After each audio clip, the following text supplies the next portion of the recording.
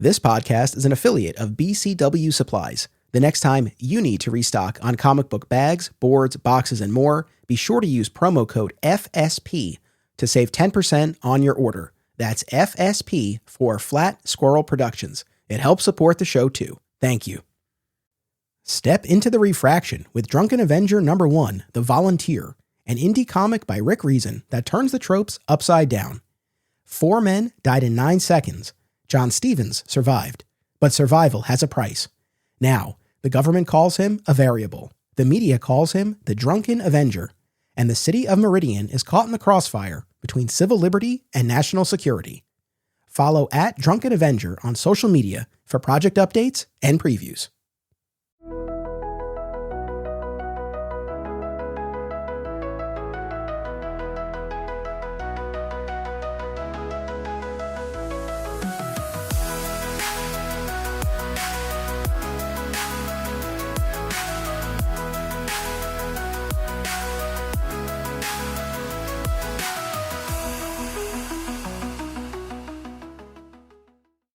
Welcome to Digging for Kryptonite, a Supergirl fan journey. I'm your host, Anthony Desiato. Joining me to discuss Supergirl in the Silver Age of Comics is Wearing the Cape cosplayer and returning guest, Daniel Sanchez. Welcome back. Hi, and thank you so much for having me do this. This was quite the unexpected journey, and I thoroughly enjoyed everything about this research and all the things that people might be really interested to know before the new movie. Right on. I'm very excited to compare notes. I have to say, it was perhaps somewhat of an unexpected journey for me too. I mean, previously I was familiar, of course, with Action 252, where Kara Zor-El made her debut, and with Action 285, where Superman finally reveals his emergency secret weapon to the world. But most of the rest of what we looked at was new to me, and I finally cracked open my 2 Supergirl in the Silver Age omnis. Beautiful, handsome volumes, wonderful color reproduction. It looked fantastic. So it was great to be able to finally dig into those. I wanted to ask you here at the top, prior to your homework for this episode, what had been your experience with Silver Age Supergirl comics? So if she, popped up as a co-star in a mainstream Superman comic, I probably saw those as a kid. There was a girl about my age when I was a kid who was very much into the Supergirl comics. So she was always talking about them on the school bus, and it was very little kid kind of a way, like, well, she's better. And so it was the bragging rights of Supergirl better than Superman. But I think, like a lot of people, it was minor, very few and far between. I think they always made a good impression when they did come along, but there were not many. Okay, gotcha. So we have a lot to get into, but just in terms of the reading experience, I was curious what it was like for you, because over these past few years, every time that we've talked about Silver Age comics, and typically it's been in the context of Silver Age Superman stories or Superboy. Last time you were here, we talked about a selection of pre-crisis Brainiac stories. We've looked at pre-crisis stories with the varieties of Kryptonite. And every time thus far that we've encountered the Silver Age of comics, I've proudly said, in the past, it was hard for me to really get into these stories, had a hard time. I couldn't really access and enjoy them. But now I've learned how to just surrender to the wild Silver Age ideas and just have fun. And I've had a blast with so many of the Silver Age stories that we've looked at over the years of this podcast. But I kind of had to eat my words a little bit with this one. It wasn't a bad reading experience, but I didn't have quite the level of fun as I had had previously, especially early on. Very small, quaint stories.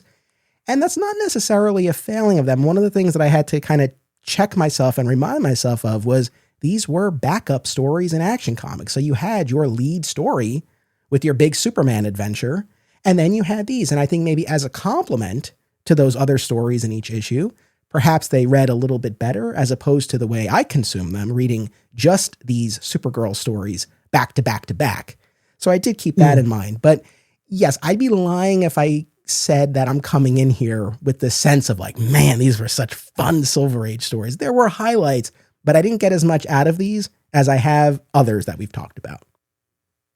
That's entirely fair. And I wonder if some of that is they were trying to find their footing on who exactly the audience was for Supergirl stories. There were some themes that didn't resonate with me as much as they might have with a younger female audience. The multiple boyfriends and, the many panels of, oh, someone doesn't like me, choke. Sob.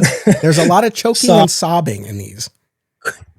And just sometimes it was almost sticking with the tried and true of what worked in the Superboy comics or what was working at the time over in the main Superman comics of at Midvale Orphanage, there was a boy and he was doing the Lana Lang thing of kind of following Linda Lee around. I think she's Supergirl. I'm going to prove it. And just the keeping of the secret identity. And some of it, I think for us, we just read it before, but that's us. There were other themes, though, that I did find heartwarming. It was almost her first instinct once she realized, okay, this is my home. I'm not going to have the young Clark Kent experience being raised by a nice couple on a farm and being loved every morning. And, I'm going to be in an orphanage.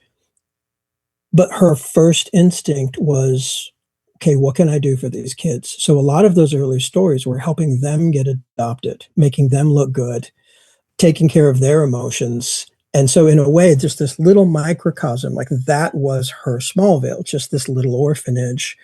And all the while trying to prove herself to Superman, who pretty much from the get-go said, I can't trust you out in the world.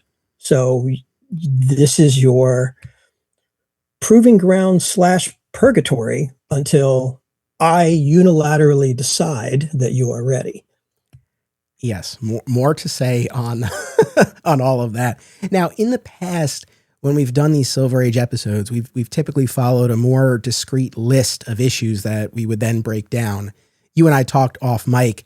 We didn't think that approach would serve us as well here, so we're going to have more of a big picture discussion talking about the characterization, the themes, key moments. We'll definitely be referencing specific stories.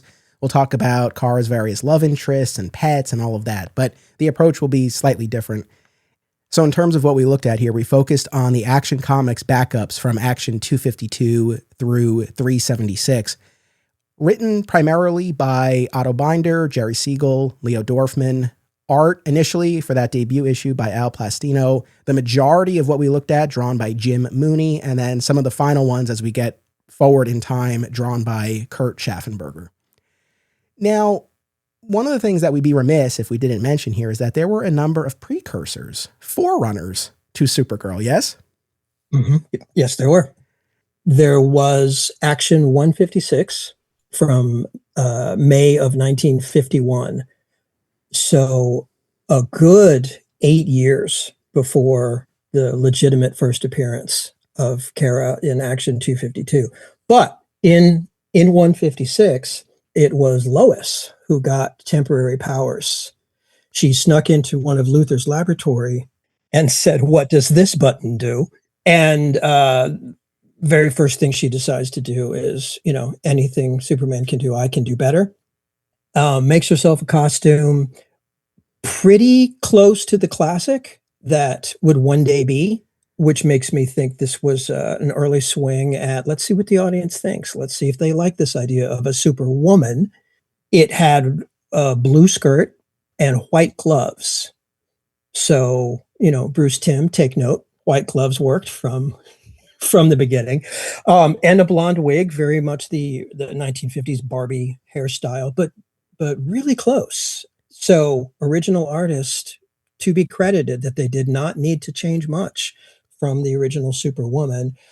Turned out she wasn't so good at the powers and even less good at knowing when Luthor was luring her into a trap. So the story itself was Superman still needed to rescue her. Eventually the effect wore off and she was glad and Superman was definitely glad.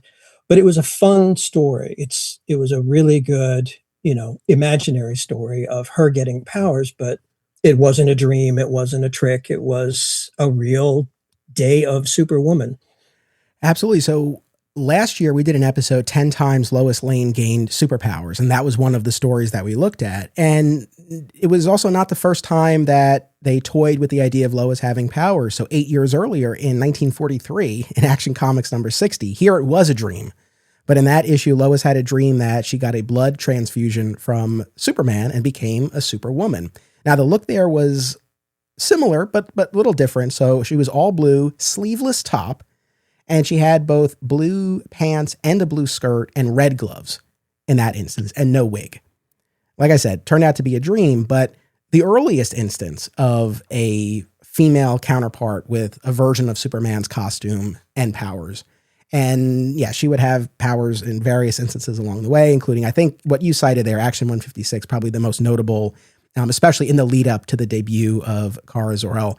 There were a couple of other things. There was Superboy number 5 from 1949, where we have Queen Lucy of Burgonia visiting Smallville, and Superboy makes her seem superhuman during this contest, and she wears a tan costume. So a little bit of a different look.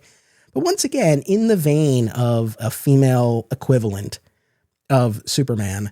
And then in 1958, so very shortly before the debut of Kara Zor-El, we had Superman number 123, where Jimmy Olsen wishes a Supergirl into existence.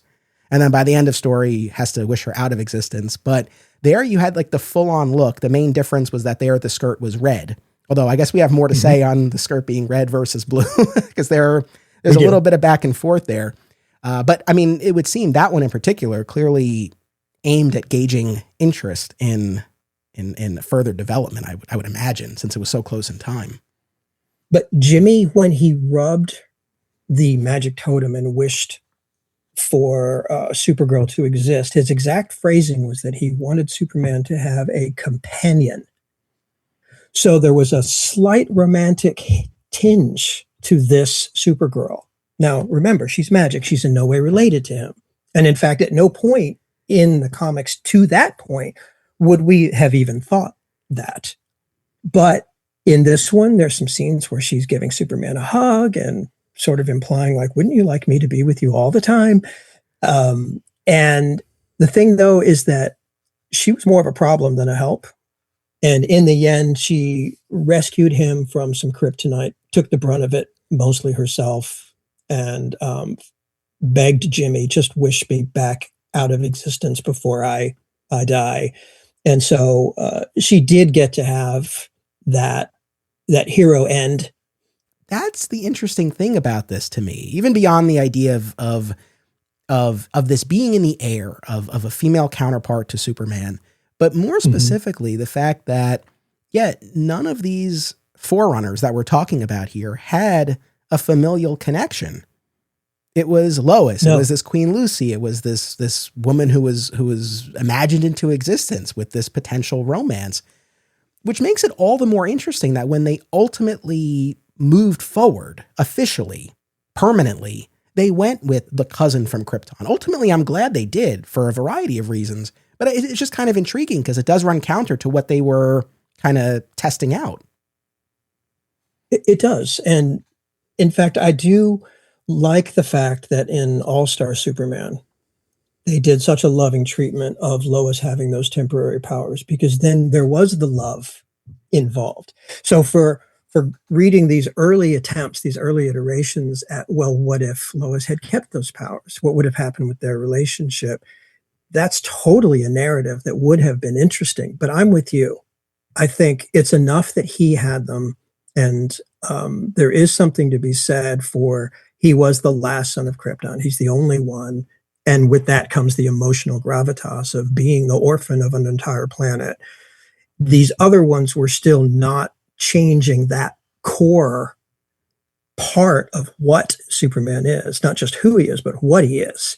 So I did appreciate that they were able to add a narrative without subtracting from him.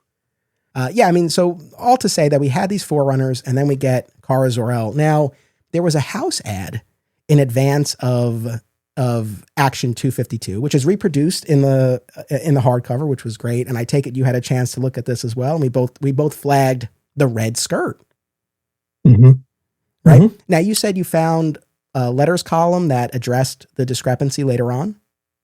Yes. So I really started to love reading the letters page. They would mention things like what hairstyle girls of that age would talk amongst themselves. Like I mentioned, the girl on the school bus with me, right? These girls started writing in saying we would never wear our hair like that. And the editors would run those letters and eventually take it seriously, and they would do something about it. But to answer your question, so letters were written in sort of Marvel no prize style. They would point out the errors. And so these letters came in saying, what's with the red skirt? We all know Supergirl has sort of a one-piece blue tunic and skirt combo, and the yellow belt is just on over it. And the answer was, I'm assuming, geared towards the younger audience that was asking the question, that it's a reversible skirt, and she is a fashionable girl of 1959. And of course, she would want the ability to change her look and and the times that you see her wearing a red skirt, she was just feeling red that day. Okay. All right, we'll go with that instead of merely a coloring error. You know, it's funny because normally I feel like I'm relatively flexible when it comes to these costume debates, right? Like it comes up a lot about Superman's red trunks. But when it comes to Supergirl, I so vastly prefer the red skirt. Maybe Mhm. because that's what I grew up with. That's what she had, the Matrix and then Linda Danvers version until she got the animated series look. But throughout the 90s, primarily it was the red skirt. As an artist, a designer yourself, what do you prefer? I totally agree. And that's why I was thrilled that the Helen Slater movie version was 100% the classic look, every single bit. Yeah, I prefer the red. Like I said, I grew up with it.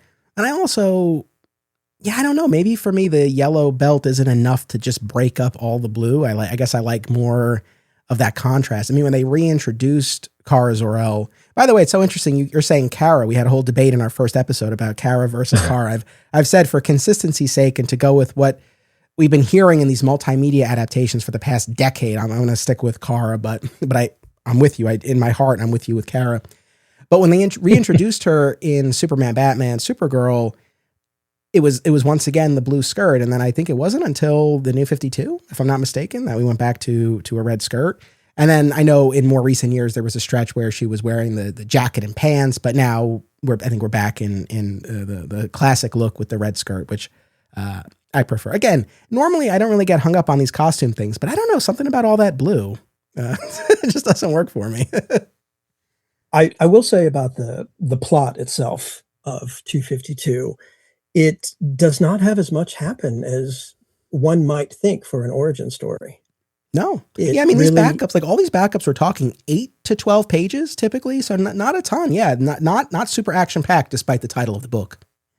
right, right. And for something now that's so historically significant, we're talking first appearance of Kara Zor-El.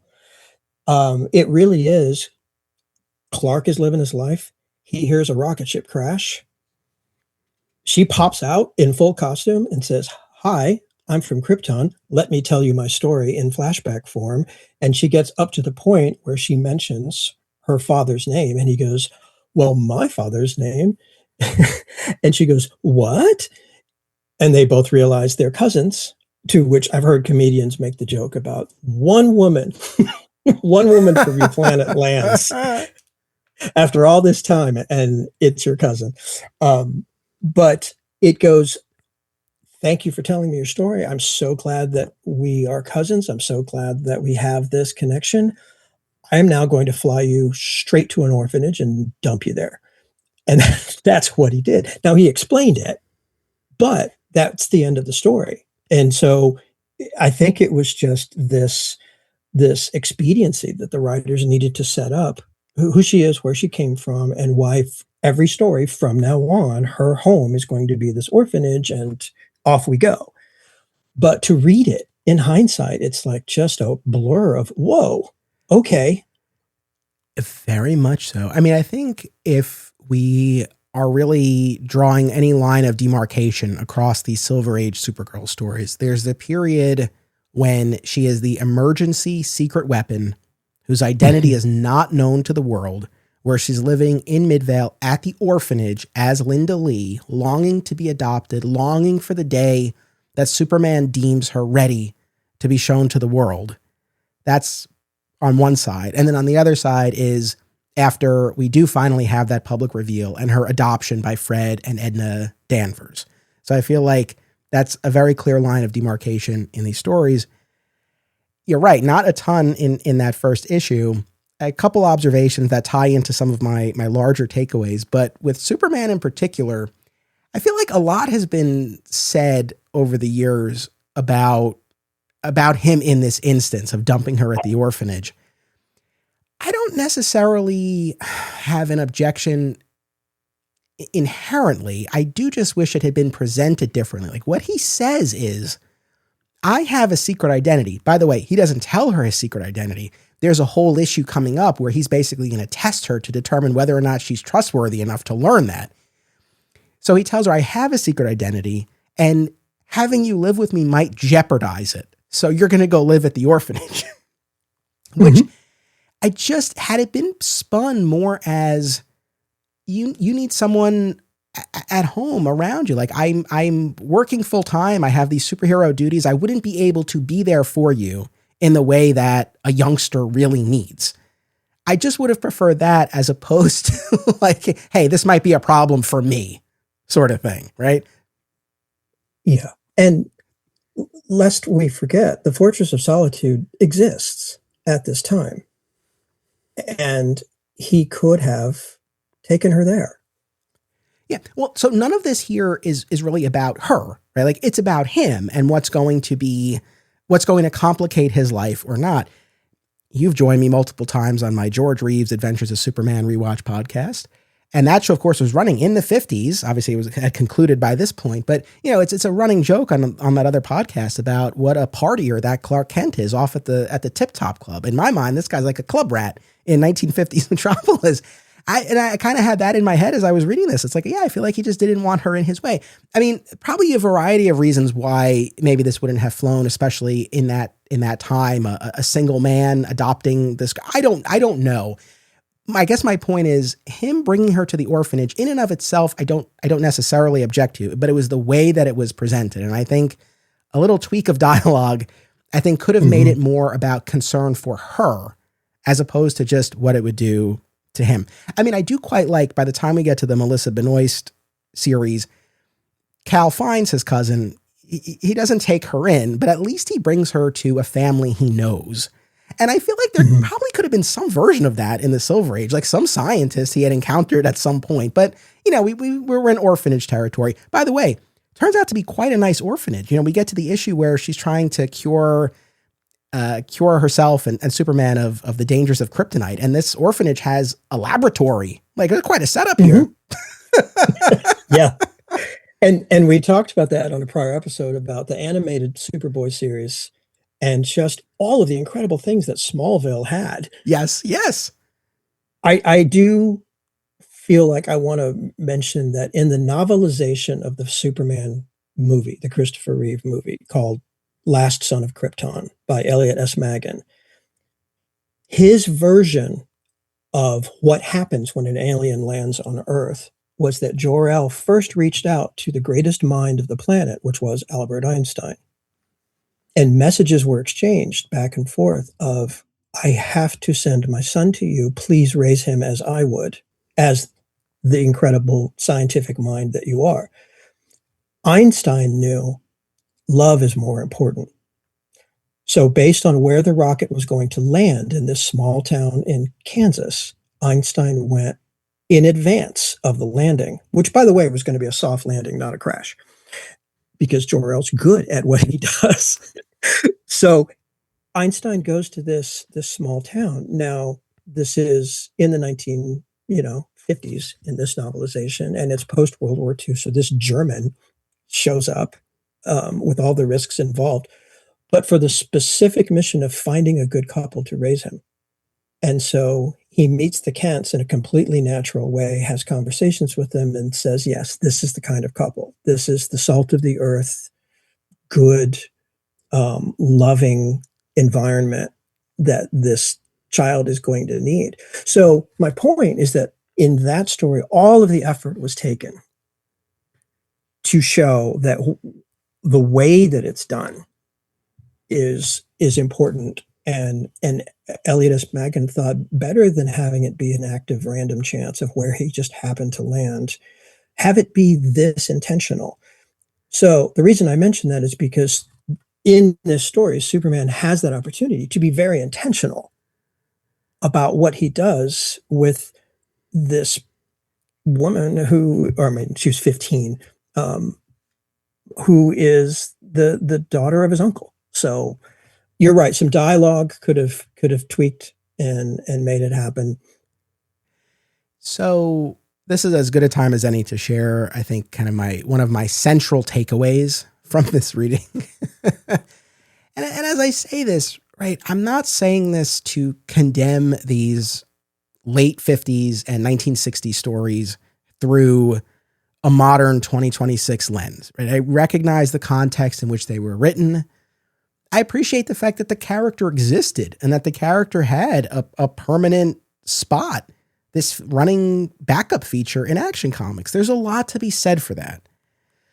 But I guess I just hit a little bit of a wall in terms of my enjoyment of these stories and the character herself in terms of what we are shown to be her value, what value she brings, what value she has.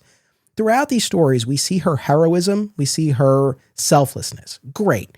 There are clearly qualities she possesses that she demonstrates that are inherently virtuous qualities, and that's wonderful. But I feel like in terms of what we see, as well as what we hear other characters say about her, whether it's Linda Lee or then later Linda Lee Danvers or Supergirl, I feel like so much of the value attributed to her is in terms of she's beautiful, she's sweet, she's agreeable, she's compliant. I mean, the main thrust of the first batch of stories, like I said, is she's waiting for Superman to tell her when she can be shown to the world. And it's one of those things, not necessarily the most progressive. And I recognize that it's the time that they were written, but it's the sort of thing where my guest for next week's episode, Martin Gray, I know he's going to disagree with me on this, but it's one of those things where reading these stories made me all the more grateful for something like Woman of Tomorrow. It's like, I know sometimes fans, I guess particularly if you're a fan of this original iteration of the character, might butt up against these angrier or messier interpretations of the character. But I feel like what we have gotten in more recent years, generally speaking, has been inherently more interesting and has given the characters more places to go. I feel like this initial interpretation is just ultimately too limiting, and I think too kind of stuck in the social conventions of the day or the views towards women. And so I think, plot aside, I think it was ultimately that where I hit a little bit of a wall. I mean, the last thing I'll say, and then I'll toss it to you, is you mentioned the whole thing about choosing a new hairstyle for her, right? And yes, there were these ads in the books like vote for a new hairstyle. Okay, fine. In the context of the story, the reason why she changes her hair is because Fred Danvers, her adoptive father, says, hey, you're too old to be wearing pigtails. You need a new hairstyle. It wasn't even something that came from her. Mm-hmm. And I just feel like that's sort of representative of this of this era. And obviously we've seen similar limitations for a character like Lois Lane during this period of time. So I know I'm not breaking any new ground. And I don't say this to harp on it, but at the same time, like literally I've spent hours and hours over these past few days going through these stories. And it was just something that I couldn't shake as I was making my way through. Yeah, I mean it's almost the reverse of the classic Disney animated movies where the Prince Charming was the reward and he had very little agency or value other than the girl deserved him as the happy ending. So just a trophy. And in this case with Kara, it does seem like her value was entertainment for us, but just utilitarian for others. And maybe that was culturally more on the nose then, and our eyes are different to it now. But, coming out of the children should be seen and not heard era, this is probably that midpoint where, okay, well, you can be seen a little more and heard a little more, but in the end, do the dishes. So I think that's just the part of the timeline that we're on in these. It does get better. Supergirl stories do get better.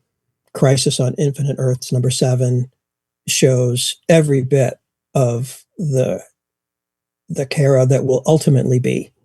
And you can look at that.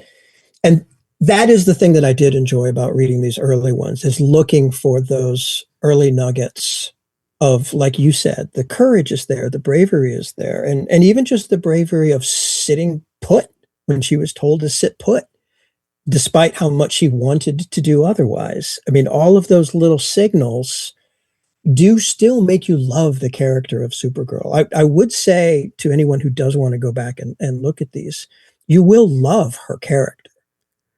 Yeah, I mean, like I said, that selflessness, that self-sacrifice, the fact that she doesn't get what she wants. I mean, issue after issue ends, like we said, with her sobbing there in her bed at the orphanage.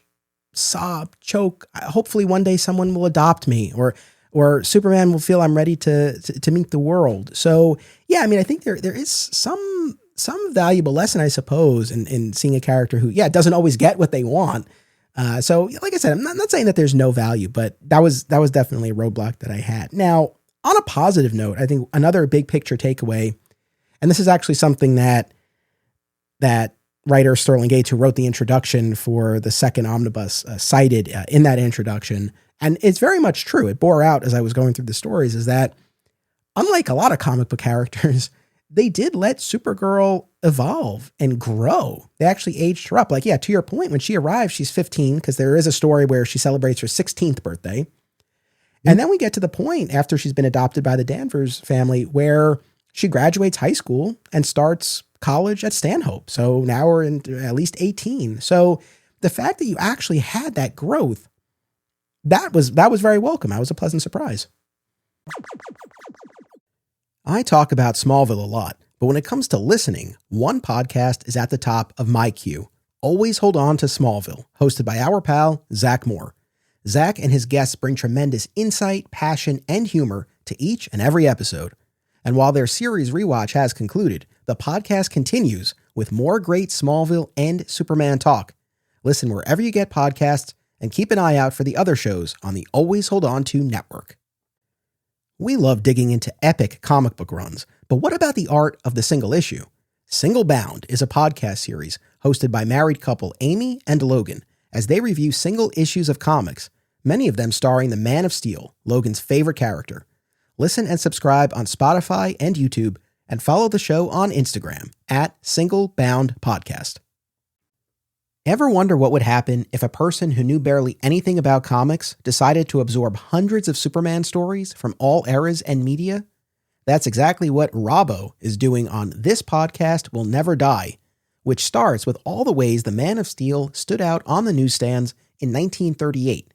Listen and subscribe to This Podcast Will Never Die, and you'll never look at Superman's trunks the same way again. It is. I will say that I think listeners should be aware that this origin story is different than the one that we're traditionally familiar with, of that her rocket launched first and she was supposed to take care of baby Kal-El, but it was knocked off course and she did not arrive until later. This is not that origin. No. So it is still Kara Zor-El, but this origin is frankly slightly unbelievable. It is that when Krypton exploded, against all laws of physics, an entire chunk of the planet remained intact, and it just happened to be the city that she and her family lived in. Also, there was an air bubble that stayed attached to this floating chunk of planet. and their quote food making machines were still operating. And so they realized we can live indefinitely. And in fact, there's later stories that show that there was an ocean and there were these giant sharks in it that she then later had to sort of go and deal with. So a chunk of the planet so big that it had oceans and sharks, and yet an air bubble was sustaining it all. They never said we really should build an exterior protection for that air bubble.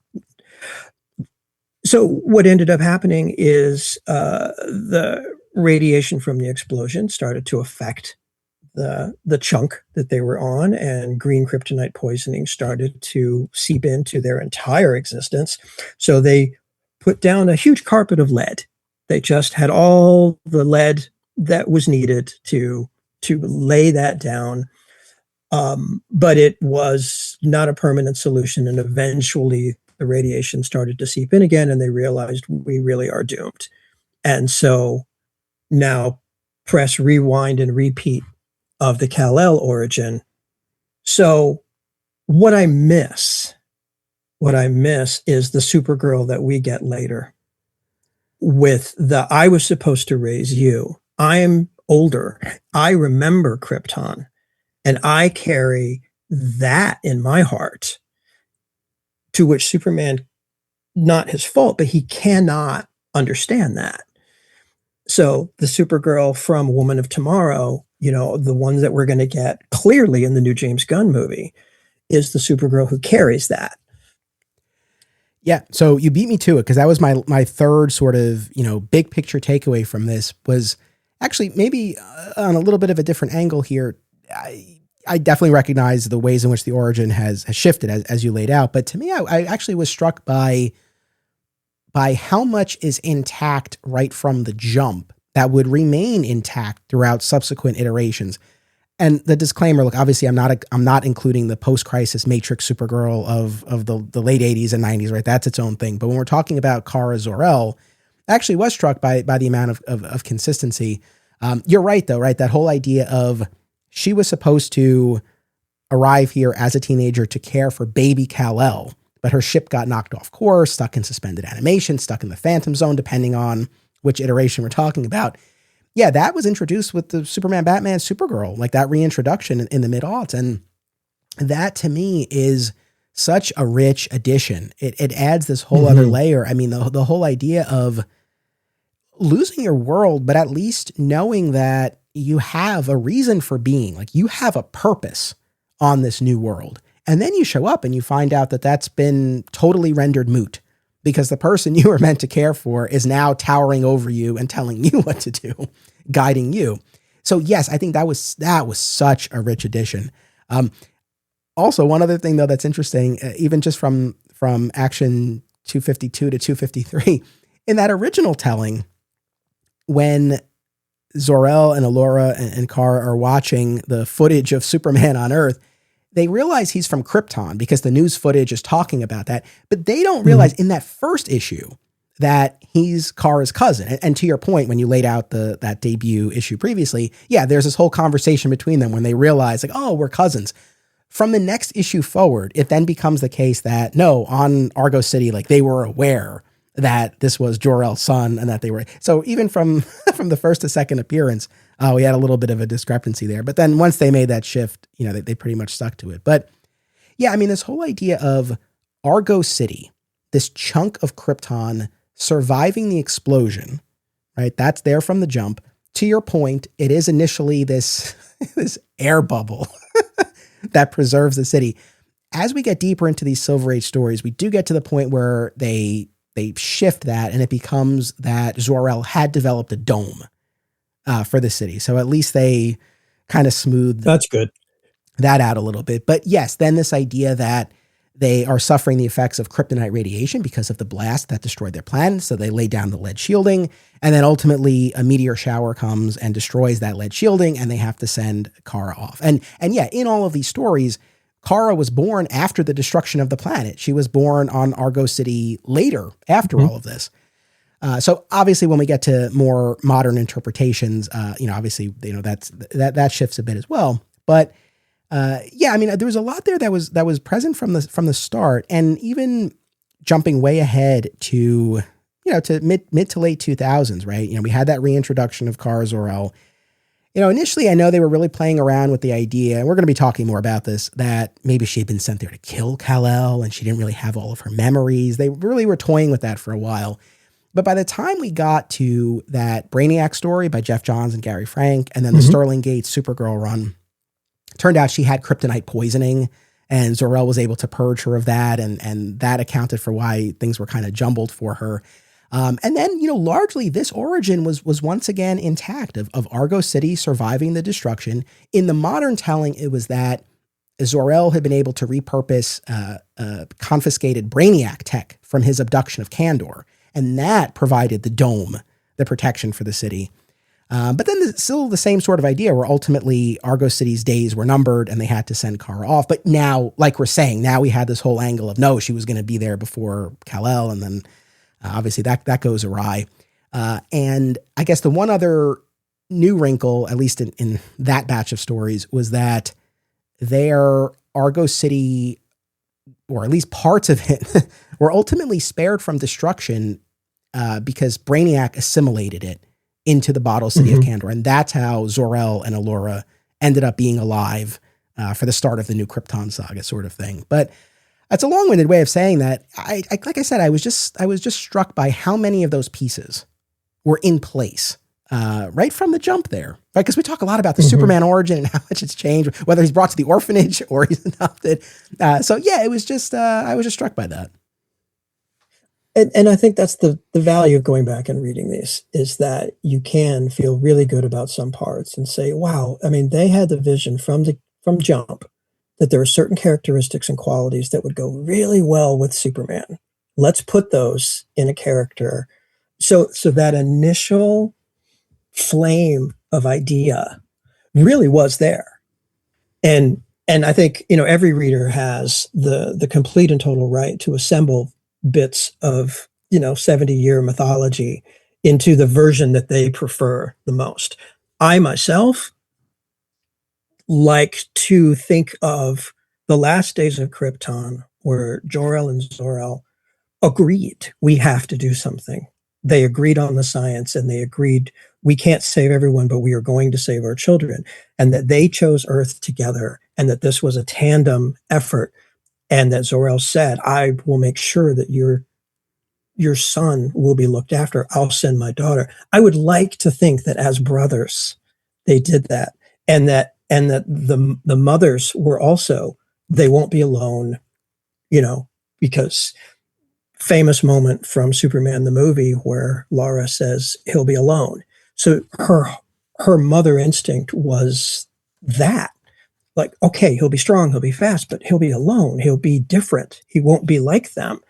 But in this arrangement, my canon is that nobody was put in a bottle, nobody floated off on a chunk. It was, they launched from the same doom, but with our last act will be to take care of each other's children.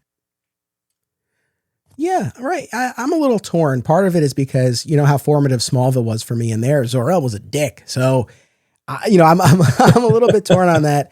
And I think what you're what you're prescribing here. I mean, that's what we saw certainly with the Supergirl TV series, and I mean honestly, even Smallville to a point. I mean, I think we've seen, and I'm even thinking back to the Tomorrowverse line of animated movies. I think in these modern multimedia adaptations, they have jettisoned the whole business about Argo surviving and floating as this chunk in space.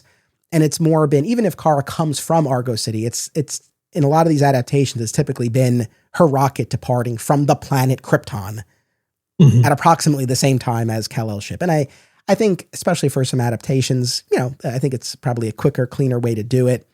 It's funny though, there is something arguably silly, and it really requires an even greater suspension of disbelief, this whole idea of Argo spinning around out there. But I don't know, for whatever reason, it doesn't bother me. I don't know. I don't know. It's even somewhat keen on the idea. Now, when you get to something like the Supergirl movie, when Argo City, whenever given an explanation for how it's out there and it's in inner space and it just continues on, you know, like that's not necessarily my my preferred track, but yeah, I mean, it was fascinating to see, to see kind of different spins on this, but yeah, like I'm glad we're having this discussion, and like you're saying, if kind of newer readers come to some of these Silver Age stories, yeah, that's the whole idea of Kara being older and meant to care for baby Kal-El. That is a modern addition. I think we're in agreement, a strong one, but yeah, something that's not present in these stories. So yeah, it's just the whole dynamic that's just not at play. Yeah, and you and I have talked before about how much grace we need to give Silver Age stories. They're very much set up where we want to tell you about this adventure, but to do that, we're going to spend a good 1/5 of the story having characters talk out loud about all the things that would miraculously have to happen in order for this adventure to happen. So please don't write in letters saying, oh, well, what about this? Our characters will provide the exposition as they're running about the reason this is happening is because, and some of the plot devices that are put in are egregious. There's no denying it. I mean, the fact that Linda Lee at the orphanage has a robot duplicate in a tree, in and of itself, what a sentence. But also that no matter what moment in the story she needs to call upon the robot in the tree, it's wearing the exact same outfit that she happened to be wearing, so they can instantly switch places without anyone noticing. Also, she is gone sometimes for weeks, and this robot has no idea about what her life had been. There's no sort of like thumb drive of, hey, here's every conversation I've had. So I would imagine, were we to pick this apart even a tiny bit, that whole thing would fall down. The robot would have been proven instantly to be a robot because common sense. But that's not the point of these stories. The point of the stories is we wanted Supergirl to have an adventure somewhere else for 2 weeks. And in order to do that, there's a robot in a tree. Yeah. And the robot, you're talking about the lack of agency that Supergirl has to Superman and to others. The robot has even less than Supergirl. Even so far as whenever Supergirl says, hey, I've got to fly off and do this thing, you go take my tests and be the one who does all my chores, the robot goes, yes, mistress, I will obey. Literally, I'm not paraphrasing. That's what the character says. So the the wheel rolls downhill on that. This poor robot is truly just a tool, in the same way that Kara is for Superman as his secret weapon. I'll call you when I need you, but Midvale Orphanage is her tree. Well said. Yeah. I mean, there's a great How I Met Your Mother episode about the circle of yelling. And I feel like that's what we get here. It's like she's bossed around by Superman and then she bosses around that robot. By the way, we're going to have a discussion coming up on the current Sophie Campbell written and drawn Supergirl series. And I know she's talked about how she went through so much of this pre-crisis material, and it's apparent because she brings back this robot and she brings back the character Lesla-Lar, who we'll talk more about here. Yeah. So clearly, and that was, going back to what we were saying before about kind of seeing the starting point for certain characters and dynamics that have had a longer life. So that's pretty cool, on that front. But yeah, I mean, I think overall, what we talked about as far as the origin, what's there and what's not from the start, and this, the characterization, I think those were among the kind of the biggest picture takeaways that I had about this, and hand in hand with that, the fact that the character was allowed to age and grow and move along in her education and her home life in a way that you typically don't get to see, aside from merely getting a new hairstyle. But I guess drilling down more specifically on some of the themes, the tropes, the dynamics, the relationships that we see in these Silver Age stories. I think you were getting at this before, but early on, it's quite regular where one of these features will open with her secretly helping the other orphans. Like they're trying to fly a kite, but there's no wind. So she'll use her super breath so that the kite will fly. We get a lot of things like that. There's one story that I'll just use this as an example where a couple comes, they want to adopt one of the little boys at the orphanage, but they're too poor. By the way, this is another thing that we see a lot of like parents coming to like quote unquote shop for a child. Like they barely speak to these children, but they will just look and say, oh, we think we'd like to adopt this one. In this instance, after a talent show. Yeah. In this one, though, I think there was at least a little bit of conversation because the little boy, I think, had come from a farming family and these people were farmers. And so that was a point of connection, but they were too poor. Their financials didn't check out. So Supergirl wanted to help. And so she had this idea. She digs this tunnel from this farm to the other side of the world. And they set up a telescope. And then this family essentially creates this tourist attraction and they make a small fortune with this. And then the hole caves in. And so that business is done. But they're now in a better financial situation. But then Supergirl overhears them as they come back to the orphanage of like, well, we still want to adopt a kid, but I forget what his name, well, let's call him little Timmy. Like, oh, Timmy was really all into the farming. He might not want us now because now that we've made this money, like we're going to move into town. So Supergirl hears this. So she's like, well, I got to make sure these people know that this little kid is about more than just farming. So to your point, there's a talent show and he's performing a magic act and she uses her powers to make him out to be like this great magician who has an interest in magic and they go off together as a happy unit. So, I mean, I think that's just one, one example of the kind of story, endearing in its own way. And clearly I'm smiling and laughing as I'm describing it. But yeah, I mean, I think we see a lot of that. We see instances where there's at least one where Supergirl actively prevents herself from being adopted. It may very well be in that same issue. I forget offhand, but she sees that the guy has an ID, like he's a plumber. And she makes this remark about like, oh, like I would love to be with a family, someone who has a really exciting job. And they're like, oh, okay, goodbye. Right. Because we're at the point where the world doesn't know about Supergirl. Like she feels like this would be too dangerous for her to be adopted. And then there are other issues where she is taken in at least temporarily by foster parents and they turn out to be no good. Right. Mm-hmm. We have a few instances of that as well. So that's, I think, sort of one of the themes of these early stories. Yeah.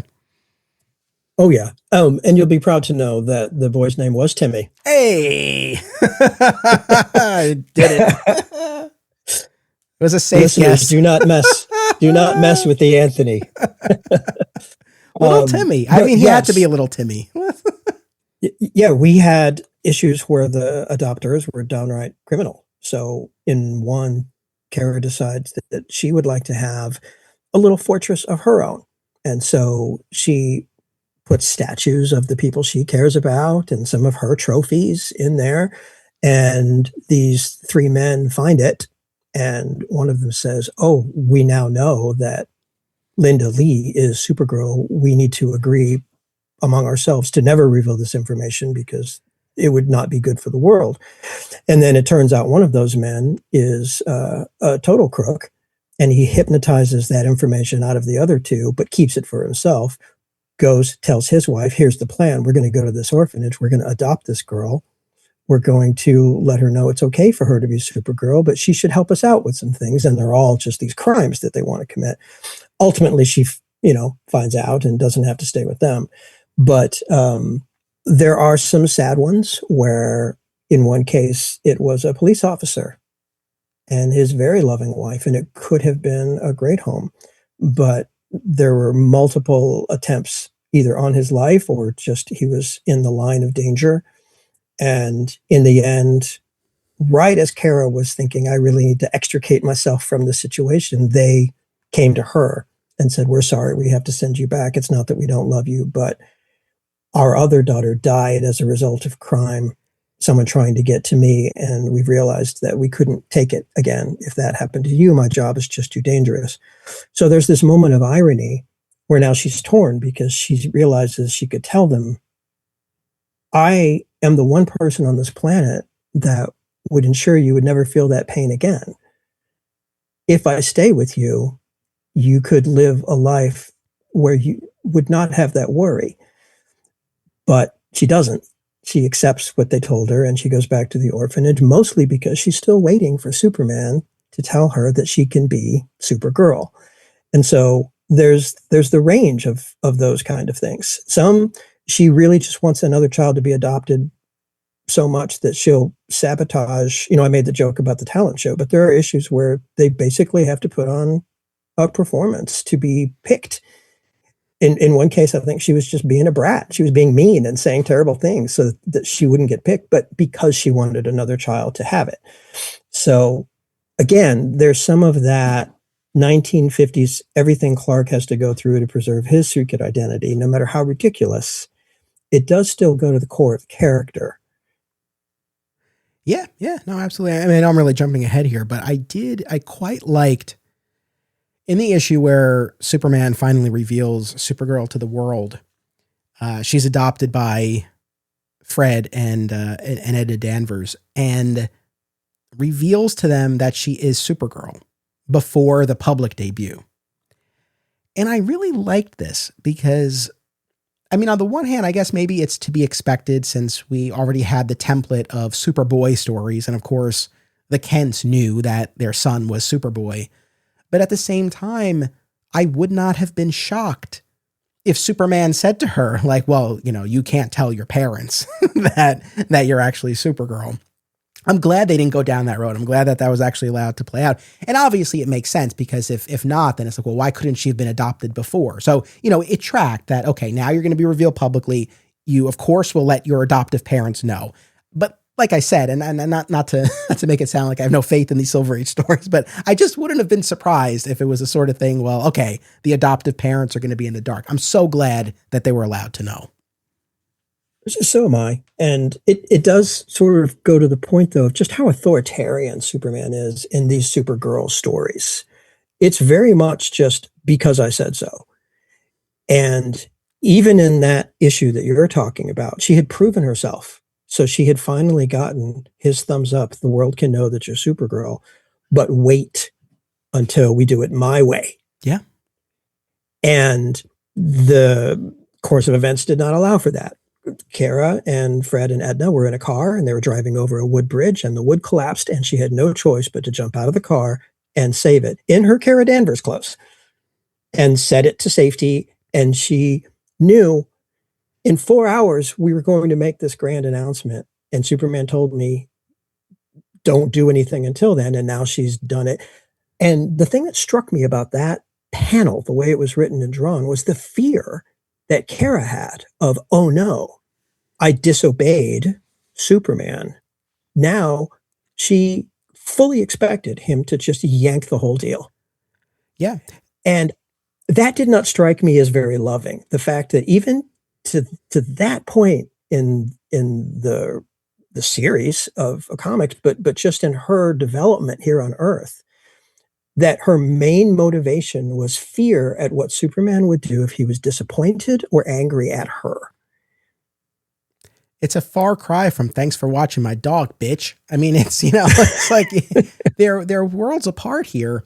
And yeah, this subservience to Superman, this compliance, like I said, I don't love this color for the character for either of them.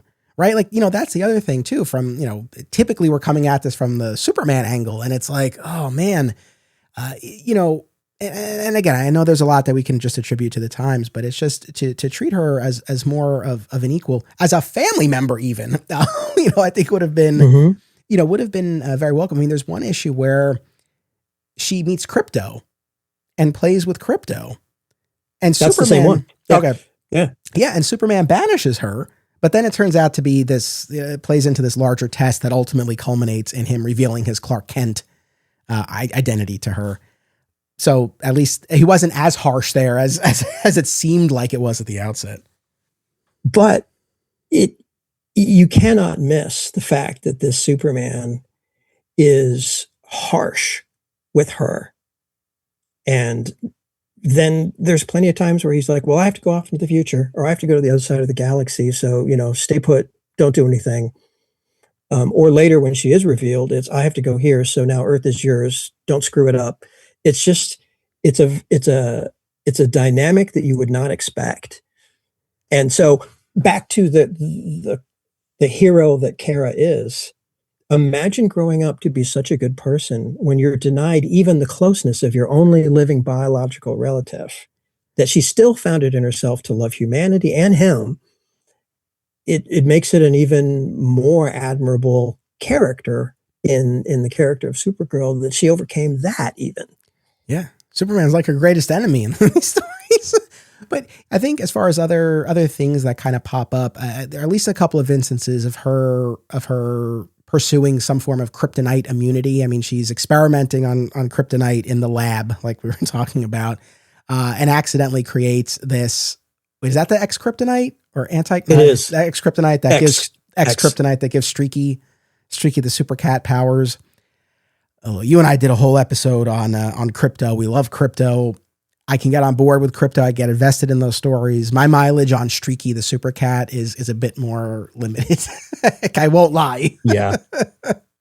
Yeah. That's Action 261 to exactly what we were just talking about. The whole reason she did this experiment was to try to earn good graces to Superman, because she'd had these other stumbles, these other failures. And it's what a child does when you're trying to earn the love of a distant emotional parent.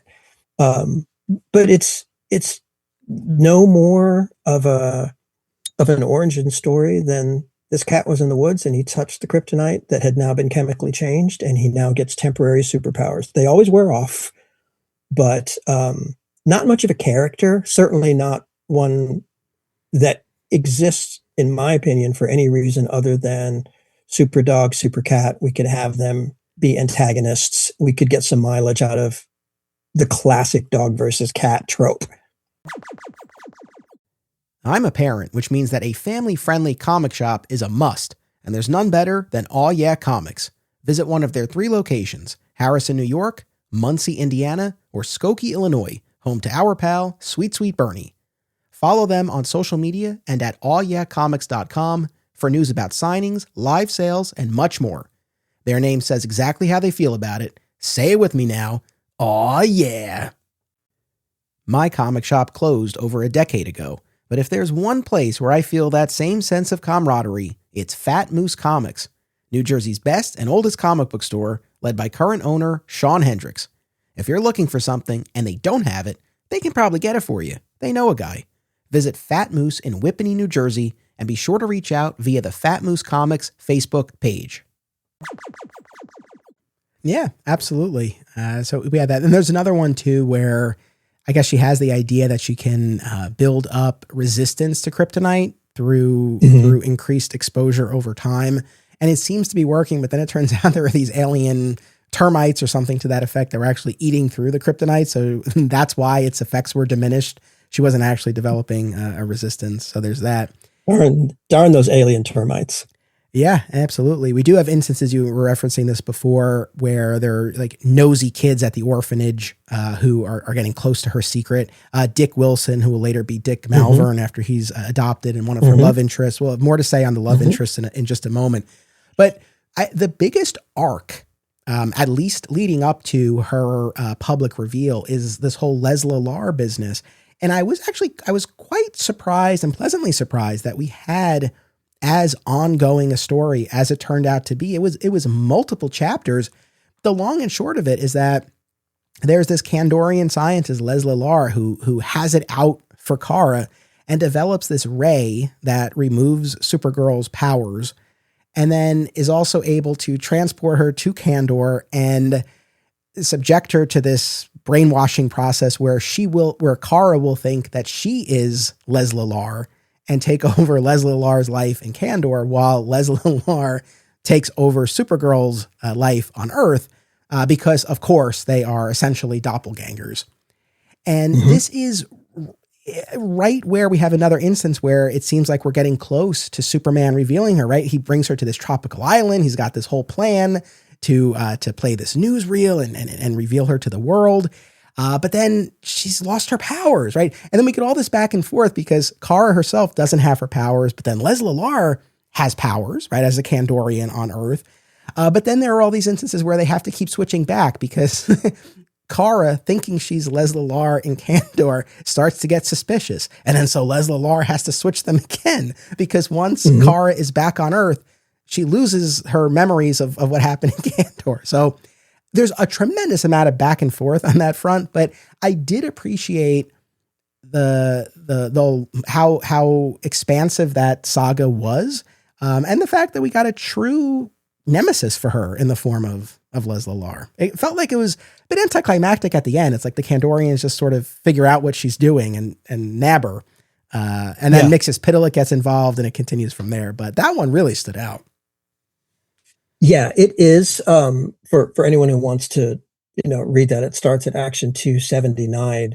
But it was actually, I thought, one of the bright spots of the Silver Age run, where they, clearly wanted to create a Lex Luthor for Supergirl. So you have brilliant scientist who is more than matched with Kara, just as evil. And the thing that I loved as the twist is Lesla immediately finds Luthor himself. Yeah. And decides, I'm going to act like you're controlling me, but I'm going to be yanking your strings this entire time. And so there's that neat dynamic too of she's out Luthering Luthor. So yeah, it was one of the shiny arcs that they had, and they did not have many multi-issue arcs, but somewhere around the 270s, they realized, hey, this really does kind of work, especially as a backup feature. And the letters page was proving it. So the semi cliffhangers that they would have were working. And in the end, you're right. The cops just sort of said, hey, we noticed this machine uses a lot of energy. We know it's you. So off to jail you go. But as you said, the character does come back later, and it was a good one. Yeah, definitely a standout. Yeah, not only is she in play in the Sophie Campbell series, and it's funny, this went over my head when I watched it, but in season 1 of Superman and Lois on the CW, Morgan Edge, aka Tal Rho, his right-hand woman is Leslie-Lar in that instance. So obviously they pulled a lot. Clearly they were mining the source material there, at least for names. So yeah, I mean, like that one, that one was a pretty pleasant surprise. And then ultimately we get to the end of that and Kara is restored and she's back on Earth and Superman says, okay, it's time. And the caption is like, this is it. This is not a hoax. She is finally going to be revealed to the world. And it proves to be quite a celebratory occasion when that happens. But while we're talking about these more substantial storylines here, the other huge one that comes into play, and that ties back to what we were saying about the origin, is the reveal that Zor-El and Alura are actually alive. They are in the quote-unquote survival zone, which operates on a different wavelength than the traditional Phantom Zone. And this was interesting to me on a number of levels. One is that when you talk about the Superman origin story, like we're very familiar with the iconic imagery of the planet exploding. We got the recounting of Supergirl's origin like many, many times in these backups. And it always sort of stops at a point where it's like, oh, they had laid down the lead shielding, but then a meteor shower was striking and people were dying of poisoning and their days were numbered. But it's like you never saw the end of that. It's just always implied like, okay, then they all died. But yeah, now we find out that Zor-El and Alura were able to send themselves. And we get the backstory where they had used this device on themselves, but it didn't seem to work. What they found out later was that because of the radiation poisoning, it delayed the effects. And as they lament, they could have saved everybody if they had known. They would have used the ray on everyone. But thankfully, he was able to send the two of them to the survival zone before it was too late. It's funny. You and I have talked about Superman 78, right? The miniseries set in the style and world of the Christopher Reeve series. And a lot of fun. That first one brings in Brainiac and the Bottle City of Kandor. In that story, you find out that Jor-El and Lara are alive in the Bottle City, and I really bumped up against that. I feel like that's an aspect of the Superman origin story that is sacred, and we shouldn't touch that. But the idea of Zor-El and Alura being alive, I think what is a theme in these episodes, all these times I'm talking about Supergirl, I do look for points of departure, points of contrast between her and Superman, and I think maybe that makes me more open to her parents still potentially being out there. And obviously in a more modern context, like the whole New Krypton saga got great mileage out of that whole idea. So we have their return, and then there's a lot of back and forth with Fred and Edna Danvers and Zor-El and Alura, which we could talk about. But yeah, I mean, what did you make of their surprise return? I think I stopped before it got to that Okay. storyline. Okay, that's fine. But yeah, I mean, and I generally knew that was coming, but like I said, this was the first time that I was reading those stories. So they start to reach out to her through her dreams, and she enlists the help of Comet, and is able to make this contact with them. And she builds this device that's able to retrieve them. And what I loved is that she was keeping this from Fred and Edna Danvers because she didn't want to hurt them. She loves them. They're her adoptive parents, but Wait, I did read this. I'm sorry. I did read this. But they come in while the experiment is kind of going awry. And Fred, who is this engineer, he's a scientist, like he's able to step in and help her. So I thought that was terrific. But yeah, there's all this back and forth now over multiple stories where initially Kara is going to go live with Zor-El and Alura, on Earth. But they recognize how sad this is making the Danvers family. So they decide, okay, we're going to go live in Kandor. Fine. But then it turns out that Alura is basically dying of a broken heart. She misses her daughter so much. So Fred and Edna Danvers, being as selfless as they are, agree to switch places. They'll go live in Kandor, and Zor-El and Alura will come here. But then there's yet another turn where Edna is exposed to this space creature that Zor-El had captured that makes you hate whatever you're thinking of at the moment of your exposure to this thing. And she was thinking about Zor-El and Alura and how much she misses Kara. So then she hatches this whole plan to try to kill the two of them. Ultimately, Zor-El and Alura, they recognize that Kara and her adoptive parents should be together. And they create this whole ruse where they use this device that will sort of predict what will happen in the future if they stay on Earth. And like I said, it's all a ruse that they set up to kind of push Kara in this direction. But basically, according to this, if Zor-El and Alura stay on Earth, eventually this enemy will force Kara to choose between killing Superman or Zor-El. So based on all of this, Kara comes to terms with the fact that, okay, they have to go back to the Bottle City and Fred and Edna can return and the Danvers family is reunited. I guess the back and forth got to be a bit much, but I appreciated how much each set of parents so clearly loved their daughter. I have to imagine there probably could have been some other living arrangement that could have worked for everybody, but fine. It had to be one or the other for purposes of this story. I get it. And the other thing too is that it also sort of highlighted, and this I really appreciated this. It also sort of highlighted the importance of Linda Lee Danvers, right? Because I think Zor-El or Alura, one of them has a line at some point about like, oh, now you can discard your Linda Danvers masquerade. But I think that this little arc here actually goes to show that no, like it's not just a masquerade. She has a life with her adoptive parents and her friends. It's not just a mask that she wears. So I really, really appreciated that. So that, the Lesla-Lar business, and then the return of Zor-El and Alura, I would say to me were probably the two highlights and the most substantial arcs that we got here. Yeah, and I think the standout moment from that first time that the Danvers met the L's was that Edna instantly said, well, these are your biological parents. Of course, you should be with them. And then she did the Ma Kent thing of, always remember us. But her love was so selfless that she immediately went there. And as you say, that began the storyline. That was the one that I did read because it was also a Comet story. But that struck me as, Edna stepped right up and said, no, we love you this much. This is a shock to all of us, but clearly go with them. So we've mentioned Comet a few times, and I know this is a favorite of yours. So on this note, I mean, this is as good a time as any to sort of do a quick rundown of her various love interests. Because I think this was another category. Like if we're looking at things that really kind of stand out here, there's Jerro from Atlantis, the merman. He was my favorite. I liked him. I liked Jerro, the merman. We also have Dick Wilson turned Dick Malverne.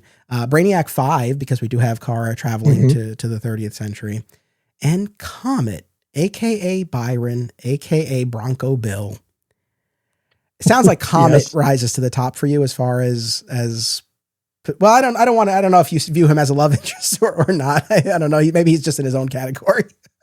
Oh, I'm not going to go that far. I found him fascinating because my prior experience was I was aware of Comet, the League of Super Pets from the future, and of course the graphic novel Woman of Tomorrow. But it made me really, really want to know what his origin was, and the bond that existed between he and Supergirl that led to the finale of Woman of Tomorrow.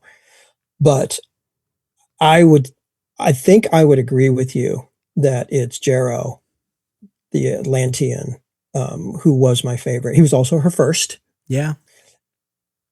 and because of just that, we're of two worlds, and that is always more romantically interesting.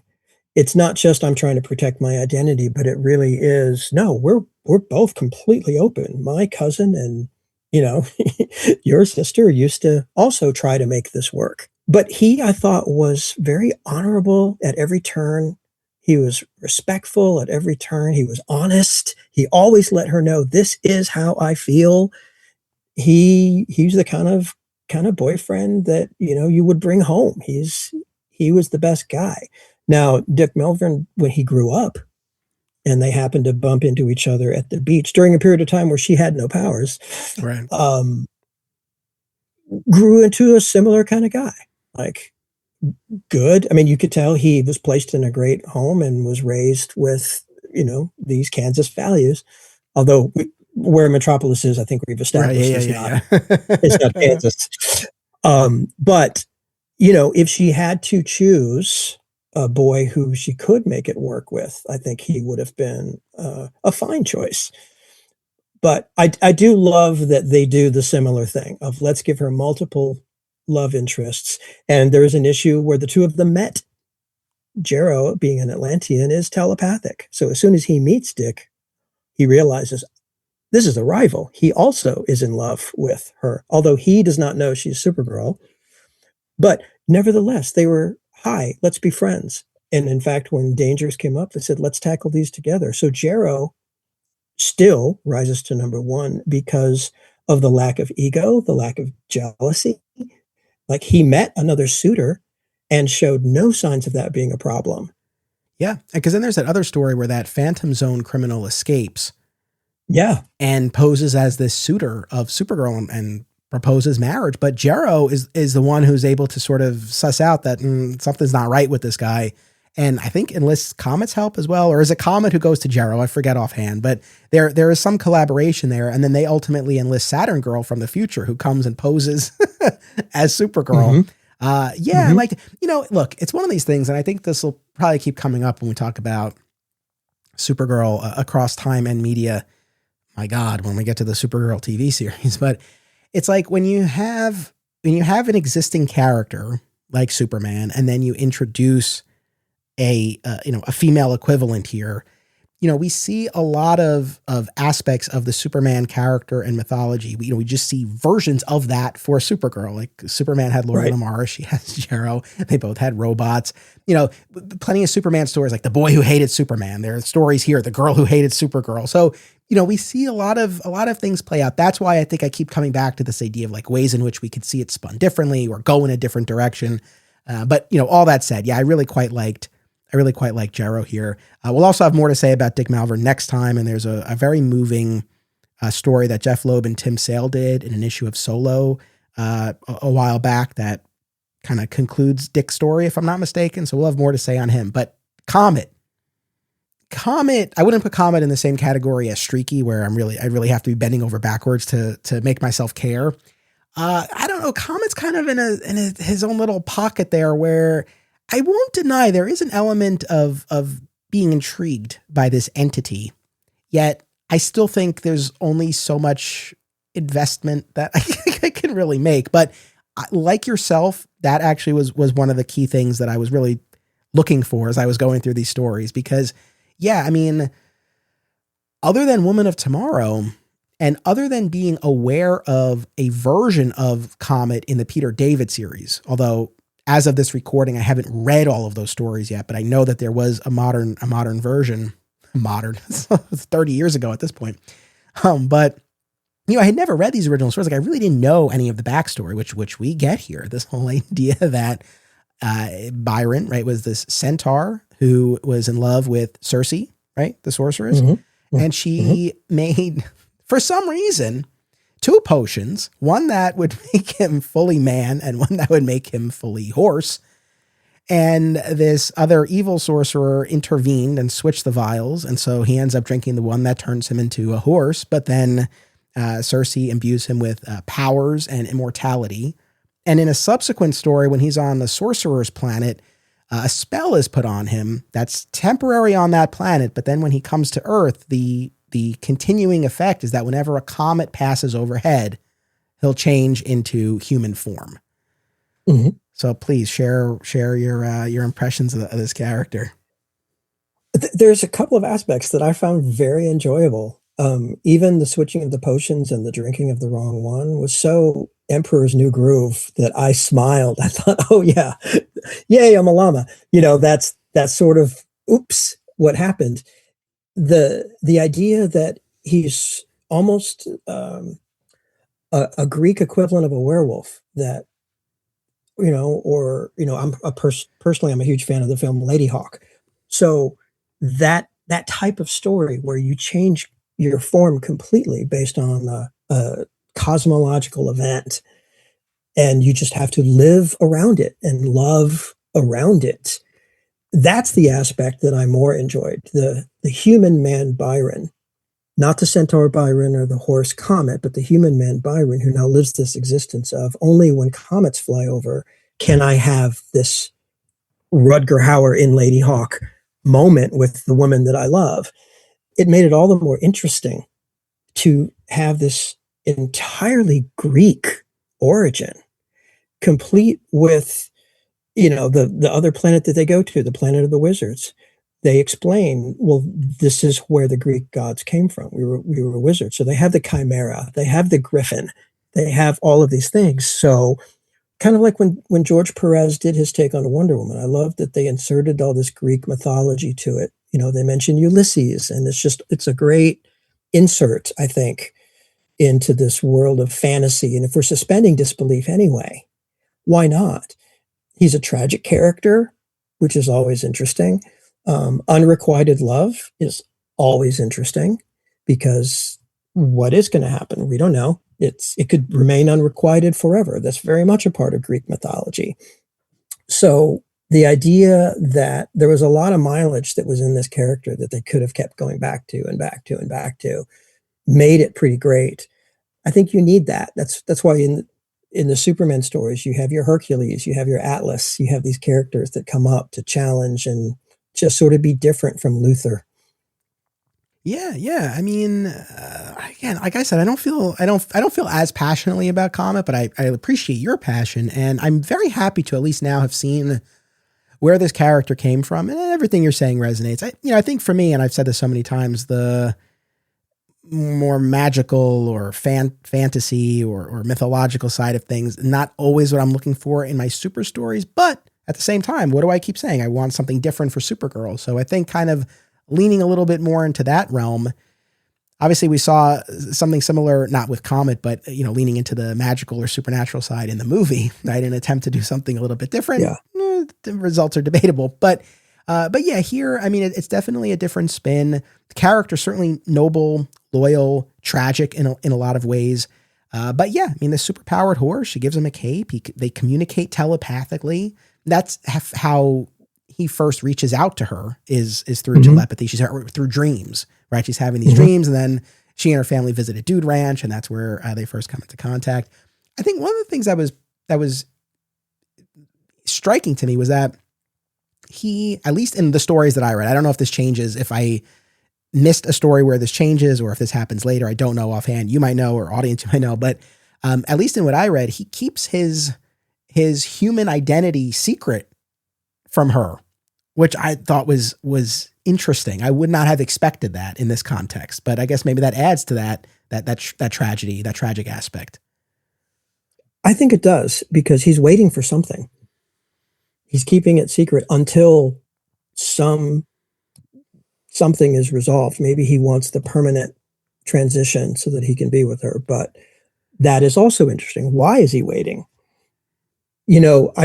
I found it kind of nice that the reason that he asked the horse has superpowers at all is when Cersei realized that she had made what she thought was her own mistake, giving him the wrong potion. Her apology was, well, I can help you by giving you the powers of some of the gods. And in addition, immortality. That adds to sort of the tragic nature of a character is, okay, you add immortality to something. You're in Highlander territory now of love is a whole other thing for you. And you do not have forever, not because you don't, but because they don't. So then what is he waiting for? So that's that tension, that story tension that makes you want to read the next one and the next one and the next one. And it really pays off, in Tom King's story.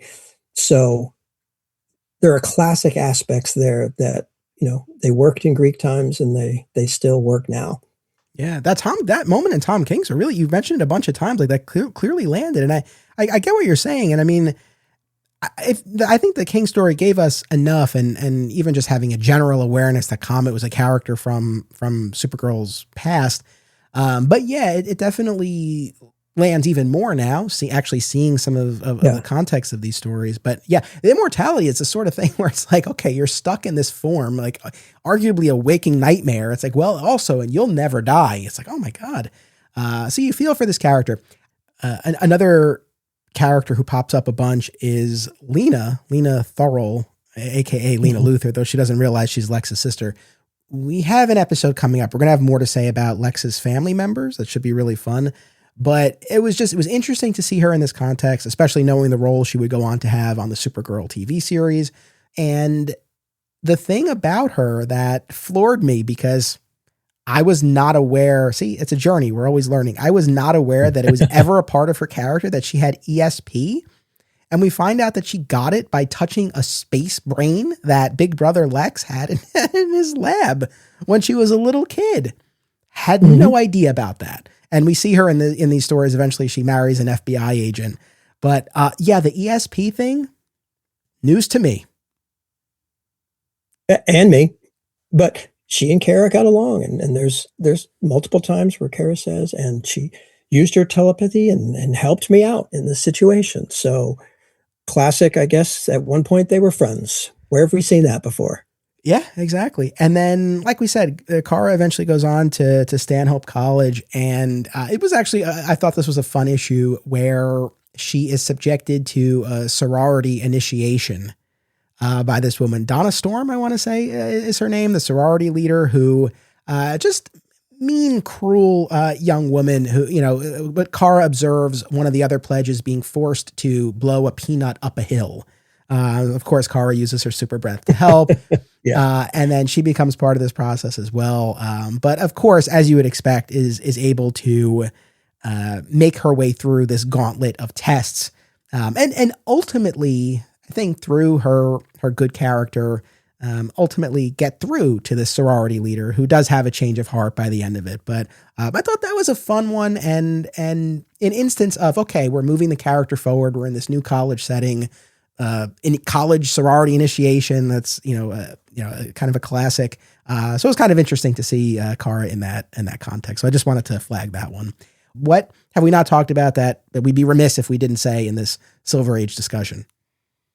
I think overall, just that her character was always looking out for others. That despite the bumps of some of these stories, you never find one that veers from that. There's never a story where she gives in to despair. There's never a story where she decides, I'm going to be selfish. I'm going to make this about me. Never, ever, not once, not ever. And I think that's admirable, especially where they may have been touching on some themes that girls of that time might be going through. A distant father. Well, you can relate, feeling like you want to be more than you are. A lot of those themes they touched on, but they never made her someone who gave up on herself. Which is why I say, for those who might want to go back and look at these, you will still love the character. And there's going to be some times where even Superman realizes, yes, you're my secret weapon. And the times that he does call upon her for that, she always comes through. He may still say you're not quite ready and send her back, but she never fails him. Yeah. So those I think are the tent poles that hold up the Silver Age run. Well said. That's really the note to go out on, but I would be remiss if I didn't mention this. There is the issue where she decides she wants to find a wife for Superman. Yeah, I love that one.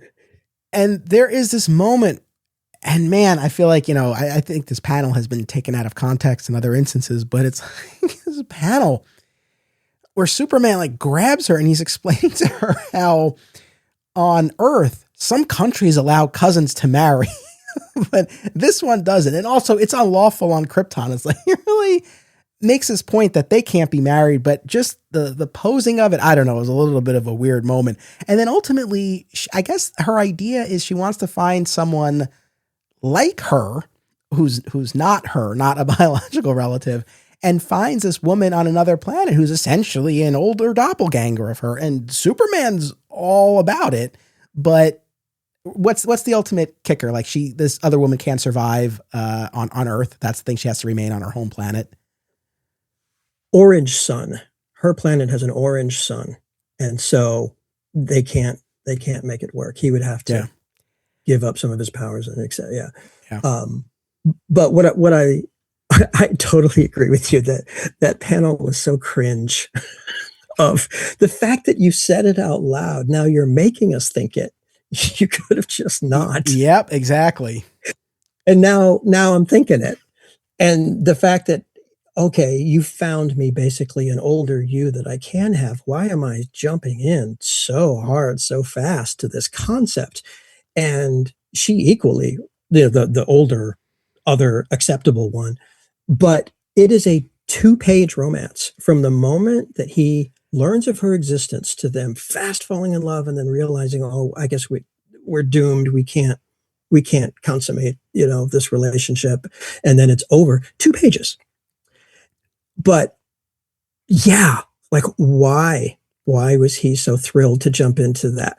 Yeah. Also, like I think what you're getting is like in this era, especially, it's not like Superman was a character who was constantly expressing interest in romance. So it's like, why are you so eager right now? And why, bro, are you making such a point about how they can't be together because it's against the law on Krypton and in certain countries? It's like, could have spun that, framed it any other number of ways about why this is not a good idea. But it really just kind of came down to, it's like, well, we're not technically allowed. Oh man. Yeah, that was not the best moment here, but definitely a standout and leads to a fun discussion here. Well, listen, I thank you so much. I mean, obviously we didn't go through every Silver Age story. We're talking well over a decade here, but I think we hit on the most salient themes and tropes of this era, and certainly the characterization and the origin and the evolution of the character. So I think we've laid a good foundation here as we continue to track the character across time and media. So I thank you so much for doing the homework, for your time, your insight, your enthusiasm, especially for Comet. I encourage everyone to follow @WearingTheCape on Instagram. Check out your reporting on dailyplanetdc.com. Anything else in particular you want to mention to folks? I have been working with the Caped Wonder Network, and we have re-released the 1978 book by David Michael Petro, The Making of Superman. It was only ever in first printing at that time and never hit press again until this version. So we recreated it from nothing. There were no printing plates. There were no computer files, obviously, of that era. So we painstakingly put it all back together. Every font, every color, everything about it, every aspect of it is if it were reprinted in hardback edition at the time. We have new photographs and 2 new chapters, one of which I was able to write. And we just released it. David Petro is thrilled that we've done it. And the thing that means the most to me is that he got to see this in his lifetime. Nearly 50 years later, that his work is still valued, that we, the fans, still love this book so much that we wanted to put it in the hands of people again, where you don't have to hunt for it on eBay for a copy that's falling apart. So as a fan, as a creator, as a writer, I'm just thrilled that I was able to be a part of that. And so I encourage people, if you take a look, it's out there. Well, congrats. That's terrific. I hope people will check it out. Thank you, Daniel. Thank you, audience. Make sure you come back next week. We'll be following Supergirl into the Bronze Age. Should be a lot of fun. Make sure you come back for that. Until then, as always, it's about what you do. It's about action. Support the show and receive exclusive content by becoming a member at patreon.com/Anthony Desiato. Rewards include our DCU spinoff podcast, advanced listens, sponsorship opportunities, and more. My sincere thanks to all patrons. Please rate and review the podcast via your platform of choice, subscribe so that you never miss an episode, and continue the conversation by joining us on social media. By popular demand, Digging for Kryptonite merch is available at our TeePublic store. Visit the link in the show notes to get your DFK shirts, hats, mugs, and more. Flat Squirrel Podcast is also home to Lighting the Bat Signal, a Batman fan journey, which applies the signature Digging for Kryptonite approach to the Dark Knight, as well as another exciting episode in the Adventures of Superman, now in its final year covering the classic George Reeves series. Subscribe today. Digging for Kryptonite is a Flat Squirrel production. Key art by Isaiah Simmons and theme music by Dan Pritchard.